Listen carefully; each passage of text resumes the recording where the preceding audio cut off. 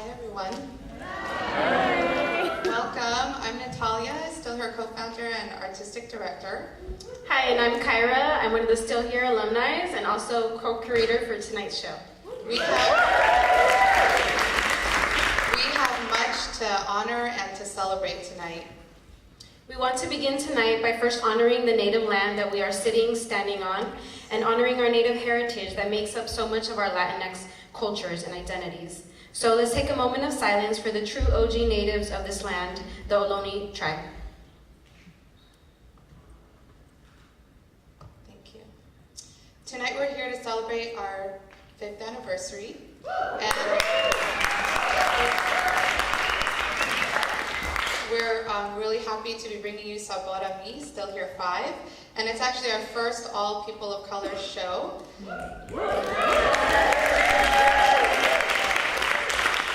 And even more than that, it's an all Latinx show. It's all queer and trans folks that grew up here in San Francisco and are still living in the Bay Area. It's a pretty big deal.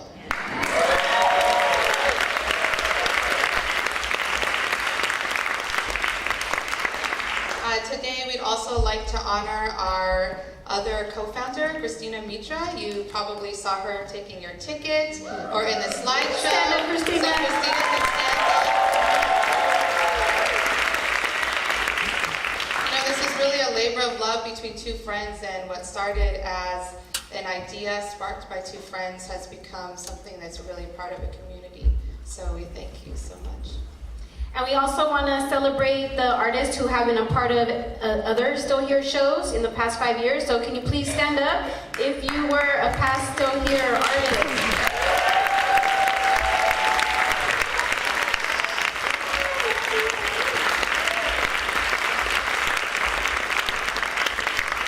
And as we get ready to kick off the show, if you could please take a moment to silence your phones. But if you see something that you like, please take a picture and don't forget to hashtag StillHereSF or Still Here 5 years. Spread the word. Tonight we also want to honor the fact that we're here at BRAVA Theater. It means so much to us to be Latinx and have the show here at BRAVA right in the heart of the Latino Cultural District. We also want to thank QCC and Galeria de la Raza. They were the first to fund this idea that we had. We want to honor our other funders, Horizons Foundation, Zellerbach, California Arts Council, San Francisco Arts Commission. They've funded us these past 5 years, and you can see we keep getting bigger, which is really wonderful. We also want to really honor the individuals that have contributed. Last year we had an Indiegogo campaign. Every year people come out and really want to support us, so we want to honor those individuals and also all of you who come today as audience members. We also Give it up. And then tonight we want to just celebrate queer and trans Latinx artists raised in San Francisco and still holding it down in the Bay. It takes a lot of vulnerability and power to tell your story as a queer trans person of color living in San Francisco. So please take a moment to read their bios in the program. Each one of them are impressive, beloved individuals in this community. Yes. Even with that, we know that we're just a small sampling of the queer and trans Latinx folks that are here. And so we want to really honor all of us here. May tonight be one that really moves you. May tonight's personal stories empower us to take individual and collective action toward a more just San Francisco and also a more just world beyond. We're here, we exist, we own our stories. We tell them with our own sabor. Enjoy the show.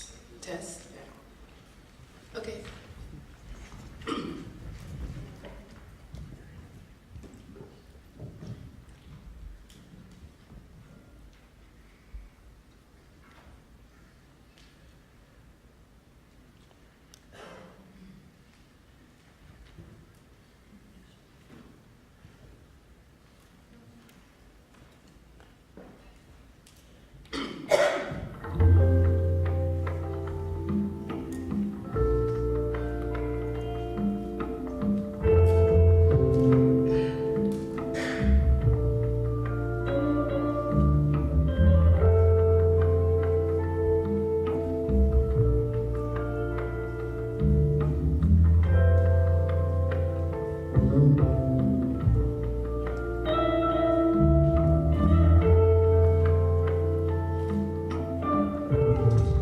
want to archive this street in your memory.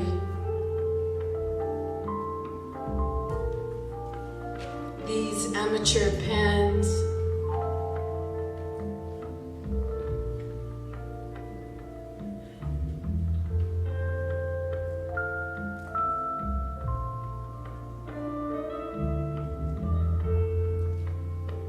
The brothers' mission strut, her last strolls.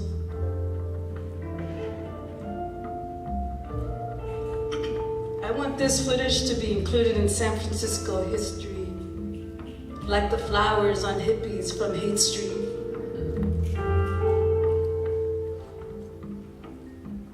When I was 8 years old, I ran away to this place. I rode my bike on these sidewalks, swerving between Saturday shoppers, showing off my freedom to other kids. I want to archive their Irish thickness,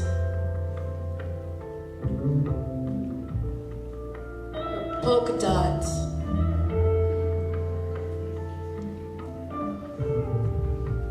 the reason why this boy is in a big-ass wheelchair. Her apple. The gathering of brown youth right behind her.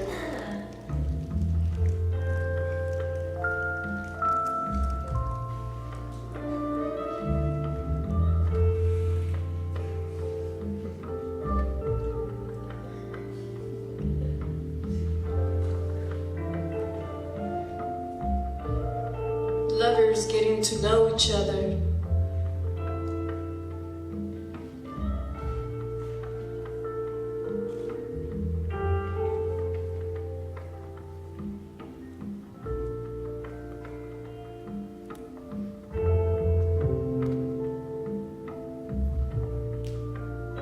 Sometimes I feel like I'm in a quicksand of nostalgia.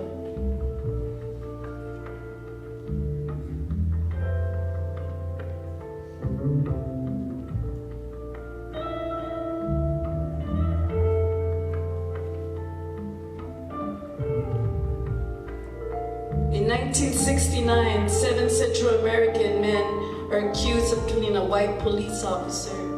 In these streets, Latino youth organized to free Los Siete, translation, free the 7. Around this time in the film is where I will show you the faces of Los Siete and their organizers. It's not that I don't have it, I do, and it's beautiful. It's just, I can't cut this footage. I want to leave it whole as it is.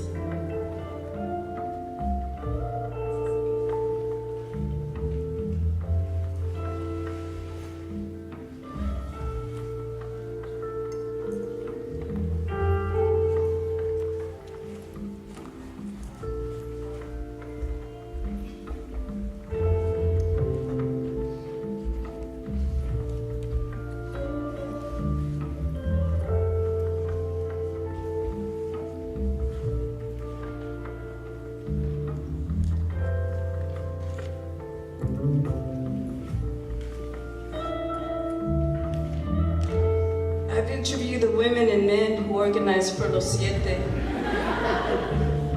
For many of them, it was their first time organizing. They organized free breakfast programs at St. Peter's Hall, a Latino free medical clinic at SF General. At the time, SF General was not providing translators. A newspaper, Basta Ya, that was published together with the Black Panthers. Many of these youth organizers dedicated their lives to social change. According to some comrades, after Los Siete were acquitted, some brought shame to the movement. One of them was not able to be kind to women. Another one liked to drink wine in front of doggy diners. A couple of them couldn't handle being out of jail. Some found the expectations of being political heroes overwhelming. I left these interviews wondering if all power to the people includes forgiveness. The more I learn about Los Siete, the more I become interested in their imperfections. In these streets, I call their names: Tony Martinez, Mario Martinez, Gio Lopez, Gary Lascalat, Jose Rios, Nelson Rodriguez, and Bibi Melendez, who said, I may leave the mission once in a while, but I always come back. I'm addicted to it. I'm strictly ghetto property.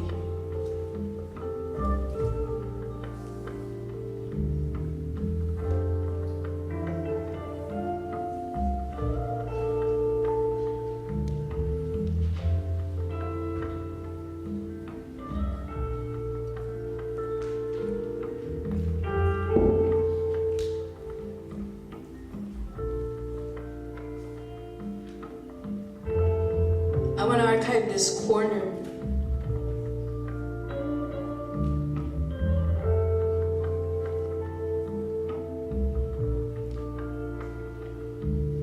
The gathering of OGs.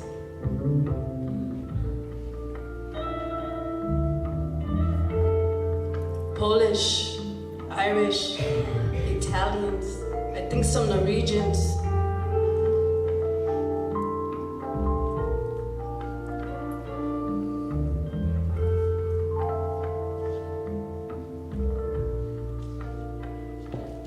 He could be saying, hey Joe, this neighborhood is changing. It's not what it used to be. I want to archive this man's nervousness on this new corner.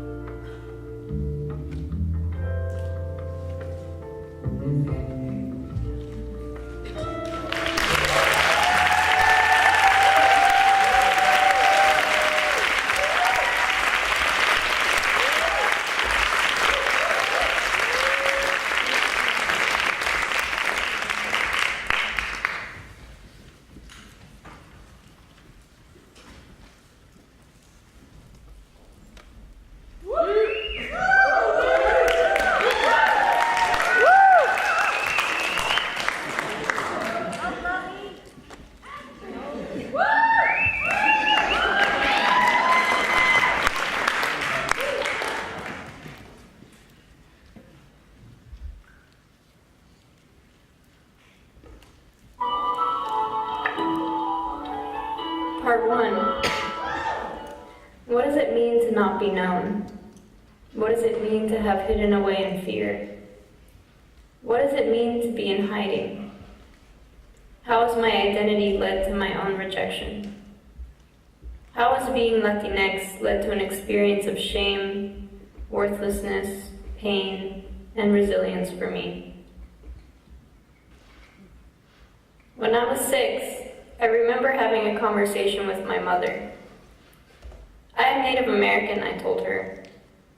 She corrected me. No, honey, you're Mexican. I was born and grew up Two-Spirit in San Francisco by the Mission District, near Ace Hardware, Taco Loco, and Playa Azul, where Spanish was heard on every corner. Yet that word Mexican meant nothing to me. I didn't speak Spanish. Spanish had been my first language and always sounded familiar to me. But my parents divorced before I was 2, and I ended up knowing some words without understanding what they meant. I actually thought mi amor was a personal nickname, and it wasn't later until I put it together that it meant my love. All I knew was that my last name started with Gonzalez, and the aunts, uncles, and cousins I grew up with were Palestinian, Sudanese, Chinese, Japanese, Italian, and Irish. As I grew older, what excited me, what fed my spirit, began to fall away. With puberty came self-doubt and low self-esteem. I could no longer pass. I felt pressured to assimilate.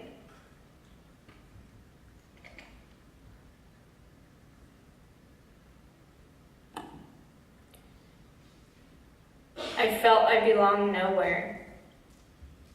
Then shit happened. A lot of shit. More shit than anyone might imagine. I found myself wandering the streets of the mission whenever I could. The concrete moving under me with each sure step was about all that felt like home to me. With each step I felt freedom, lightness. The concrete pulsed and breathed with me.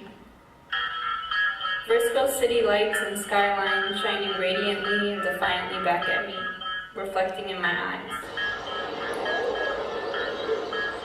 You were looking hella fine in your pink coat that night. I liked you as soon as you stepped in the door. You got a grill now and a fade, some ice on your ear. I like it when you climb in my window on the late night. I'm accustomed to your mannerisms now. Swear. For real? This fool be. Nah, homie. Scratch my back. Higher, lower. I even sort of like your controlling, overprotective, possessive-ass phone messages. Where the fuck you at? Hit me back. Hit me up. Immediately. Fucking both our houses are hella hot. You sharing your room with your cousin. Your grandma knocking on the door hollering in Spanish, Babo, while I dive under your bed. Sometimes I stay under there a while. I like it because it reminds me of playing hide and seek. Makes me feel like a big secret, which is special in some ways. You know I'd be getting wrapped hella hard by my mom. Waking up in the morning and I'm gone. Walking to your house alone around midnight on cutty side streets to avoid mission. Never really scared, but get spooked easily. Had a nice piece up on Mission and Cesar Chavez on the Kelly Moore sign. She got buff quick, but not as fast as I expected though. Convincing me to cut school hella, but then criticizing me for not doing my homework. Be my papito, but not my amorcito corazón. Me gustas, pero no te quiero.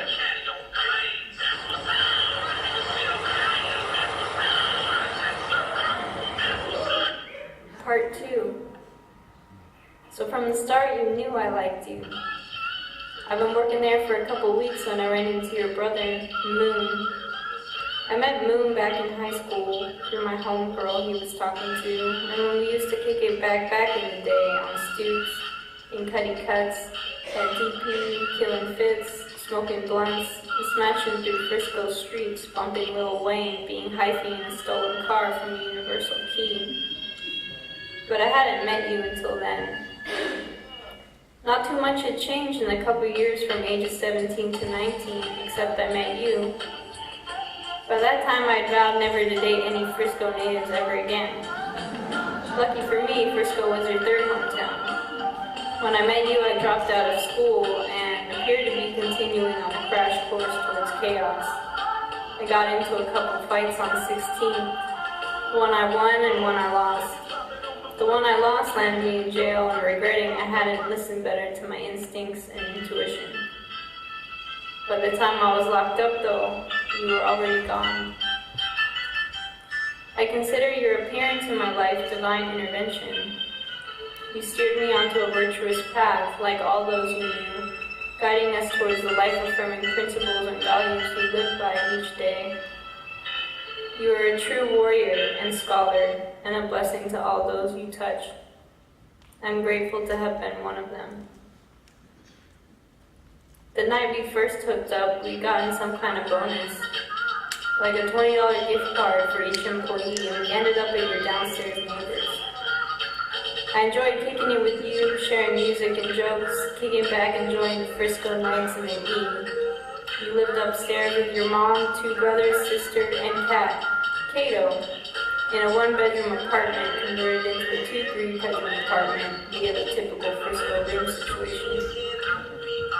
The next morning, I think I took the bus home. I know you also gave me rides in your boy's bucket too, but maybe that came later. It was a stick shift, and so you were one of the only ones who knew how to drive it, and you let borrow it. You had no L's but knew how to drive, unlike me, who had a permit and didn't. I think you still had your Texas ID too, with the picture with your locks. That was about 6 months before I got my L's in my car, which you also taught me to drive. Memories I have of us in that car include listening to Miles Davis and Otis Redding, driving to Mendocino to go camping or take Molly together, smoking blunts at so many views throughout the city, Pier by the Bridge, Twin Peaks, Burnham, Balboa, Ocean Beach, Sutro Baths, DP, Douglas, Glen Park. There were the birthday barbecues at McLaren, the times at Golden Gate Park. I feel I'll always be missing you since you transitioned to ancestor and guardian angel.